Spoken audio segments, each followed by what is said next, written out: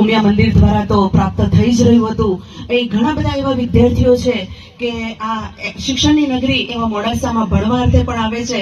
એમના માટે પણ એક સુંદર ભોજનની વ્યવસ્થા બિલકુલ મિડલમાં એવા મોડાસાના નગરમાં આ એક સરસ સુંદર રોટરી ક્લબ મોડાસા દ્વારા આ રોટરી ભોજનમાં આપણને ભોજન પ્રાપ્ત થશે અને આ હોલનો નગરજનો જરૂર ઉપયોગ કરશે અને લો દરે જે આમ લોકોને પણ પોષાય એવા લો ખર્ચમાં પણ એમના પ્રસંગો સારા નરસા એ તમામ પ્રસંગો દરમિયાન અહીં ભોજનની વ્યવસ્થા પણ એ લોકો અહીં ઉપયોગ કરી શકશે. ધન્યવાદ. ખરેખર રોટરી ક્લબને બિરદાવવા જેવી છે કામને.